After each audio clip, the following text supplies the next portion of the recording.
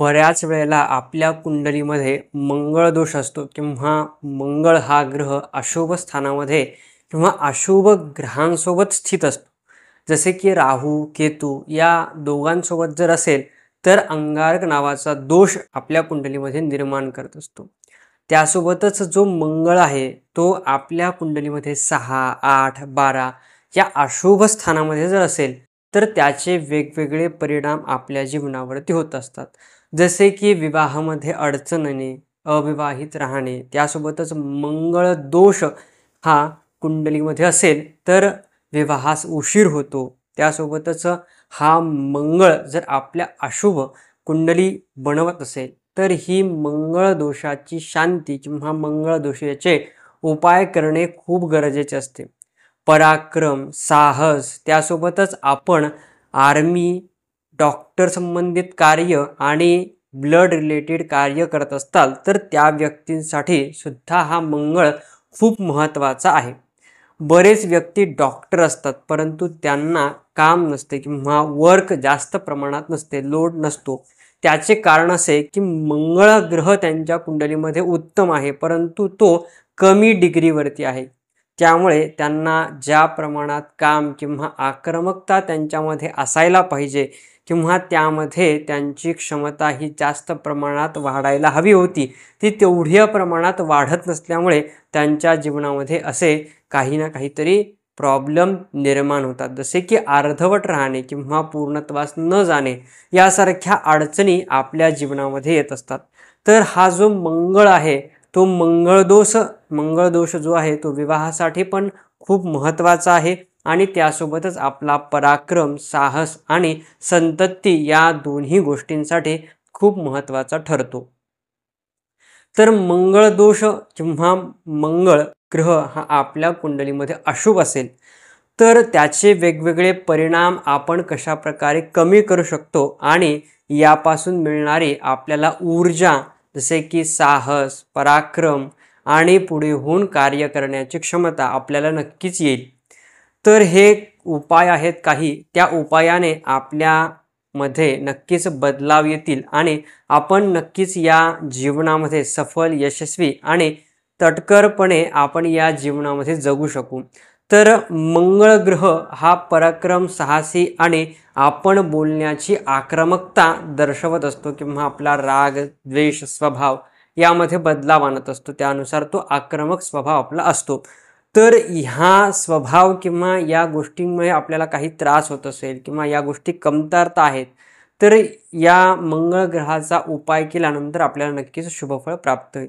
तर मंगळ दोषाची शांतीची पूजा ही अत्यंत महत्त्वाची पूजा आहे. मंगळ ग्रहाची प्रतिमा स्थापन करून त्याची पूजन करावे, हवन करावे.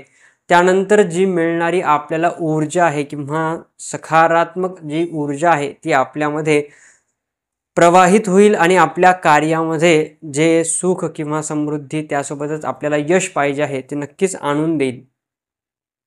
वैवाहिक सुख, त्यासोबतच आपल्या कुंडलीमध्ये जो काही मंगळ आहे तो मंगळ शांत होईल आणि आपला क्रोध, स्वभाव हा शांतत्वेचा प्रभाव नक्कीच आपल्यावरती या मंगळ दोषाच्या शांतीमुळे होईल. त्यानंतर मंगळवारचे उपवास करावे.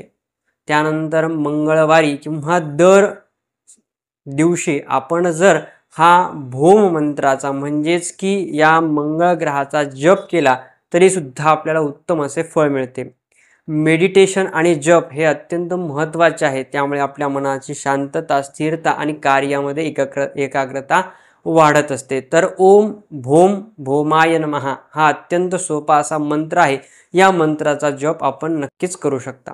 त्यासोबतच हनुमान चालीसा किंवा जो हनुमान चालिसेचा पाठ आहे तो सुद्धा अत्यंत महत्त्वाचा आहे. दर मंगळवारी केला तर उत्तम असे फळ आपल्याला नक्कीच देईल.